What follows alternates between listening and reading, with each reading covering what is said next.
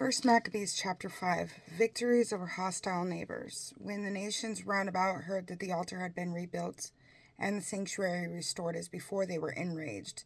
So they decided to destroy the descendants of Jacob, who were among them, and they began to kill and eradicate the people. Then Judas attacked the Edomites at Acrabatim in Idumea because they were blockading Israel.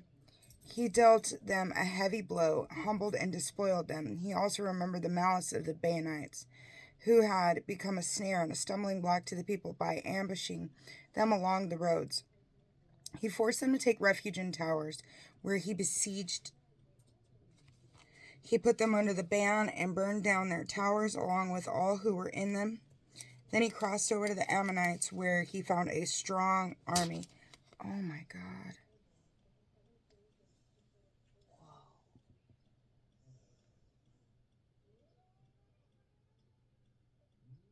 Okay, I'll fix that later.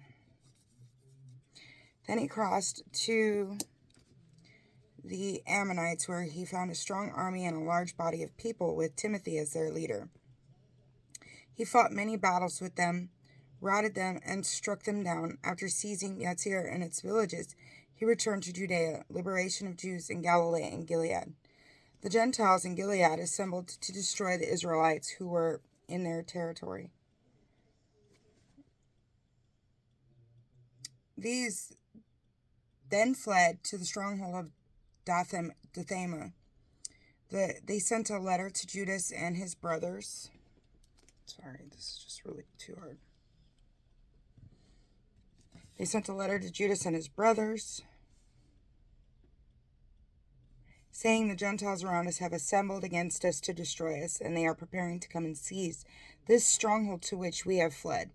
Timothy is the leader of their army. Come at once to rescue us from them, for many of us have fallen. All our kindred who were in the territory of the Tobiads have been killed. The Gentiles have captured their wives, their children, and their goods, and they have slain there about 1,000 men."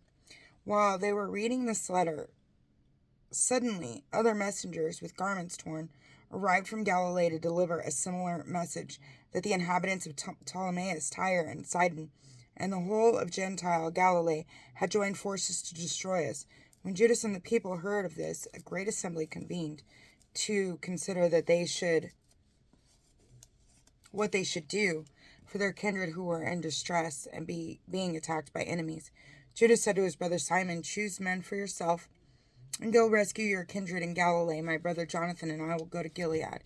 He left Joseph, son of Zachariah, and Azariah, leader of the people, with the rest of the army in Judea to guard it. He commanded them, "Take charge of these people, but do not join battle against the Gentiles until we return." 3,000 men were allotted to Simon to go into Galilee, and 8,000 men to Judas for Gilead. Simon went into Galilee and fought many battles with the Gentiles. They were crushed before him, and he pursued them to the very gate of Ptolemais. About 3,000 of the Gentiles fell, and he gathered their spoils. He took with him the Jews who were in Galilee and in Arabada, with their wives and children, and all that they had, and brought them to Judea with great rejoicing. Judas Maccabeus and his brother Jonathan crossed the Jordan and marched for 3 days through the wilderness. There they met some Nabateans, who received them peaceably and told them all that had happened to their kindred in Gilead. Many of them are shut up in Bozrah, in Bozar, near Elama, in Shashpho, Maked, and Karnaim. All of these are large fortified cities, and some are shut up in other cities to Gilead. Tomorrow their enemies plan to attack the strongholds and to seize and destroy all these peoples in one day. Thereupon Judas suddenly changed direction with his army, marched across the wilderness to Bozrah, and captured the city. He put every male to the sword, took all their spoils, and set fire to the city. He led his army from that place by night, and they marched toward the stronghold. When morning came, they looked ahead and saw a countless multitude with ladders and machines for capturing the stronghold, beginning to attack. When Judas perceived that the struggle had begun, and that the noise of the battle was resounding to heaven in trumpet blasts and loud shouting, he said to the men of his army, "Fight for our kindred today." He came up behind them with 3 columns, blowing their trumpets and crying out in prayer. When the army of Timothy realized that it was Maccabees, they fled before him, and he inflicted on them a great defeat. About 8,000 of their men fell that day. Then he turned toward Elama and attacked and captured it. He killed every male, took spoils, and burned it down. From there he moved on and took Shaspho, Maked, Bosor, and other cities of Gilead. After these events, Timothy assembled another army and camped opposite Raphael on the other side of the wadi. Judas sent men to spy on the camp, and they reported to him, "All the Gentiles around us have rallied to him, making a very large force. They have also hired Arabians to help them and have camped beyond the wadi, ready to attack you." So Judas went forward to meet them. As Judas and his army were approaching the following wadi, Timothy said to the officers of the army, "If he crosses over to us first, we shall not be able to resist him. He will certainly defeat us.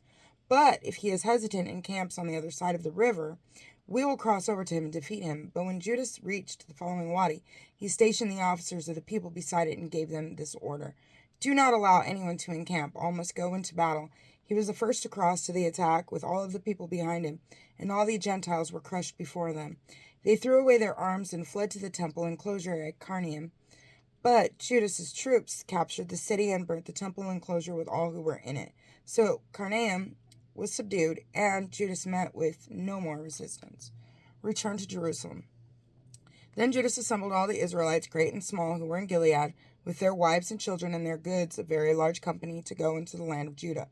When they reached Ephron, a large and strongly fortified city, along the way, they found it impossible to go around it on either the right or on the left. They would have to march right through it. But the people in the city shut them out and blocked up the gates with stones. Then Judas sent them to this peaceful message: "Let us cross your territory in order to reach our own. No one will harm you. We will only march through." But they would not open to him. So Judas ordered a proclamation to be made in the camp that everyone should take up possessions where they were. When the men of the army took up their possessions, he assaulted the city all that day and night, and it was delivered into his hand.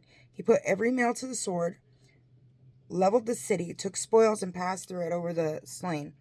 Then they crossed the Jordan to the great plain in front of Bethshan. And Judas kept gathering the stragglers and encouraging the people the whole day until he reached the land of Judah. They ascended Mount Zion in joy and gladness and sacrificed burnt offerings. Because not one of them had fallen, they had returned in safety.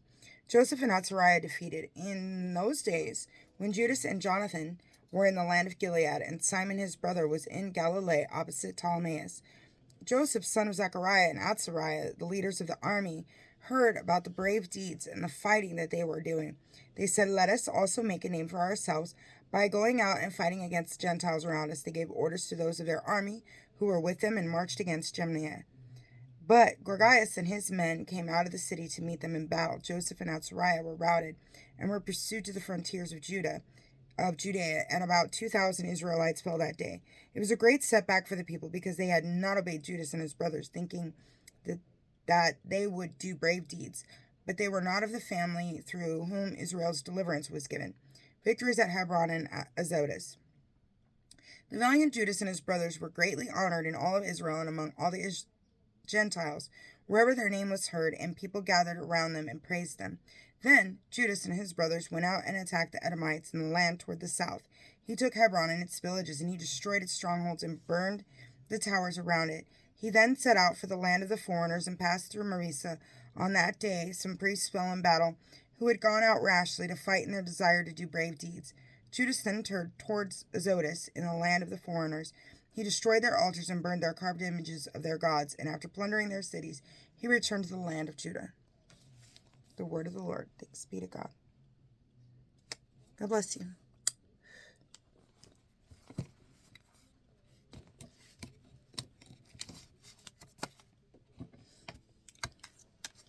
I gotta go to school now. I just thought, well, I will get in my Bible reading really fast before I go to school. I'm going to college to be a firefighter. So, just a little bit about me. And, I gotta put the dogs in their kennels. And so, have a good day.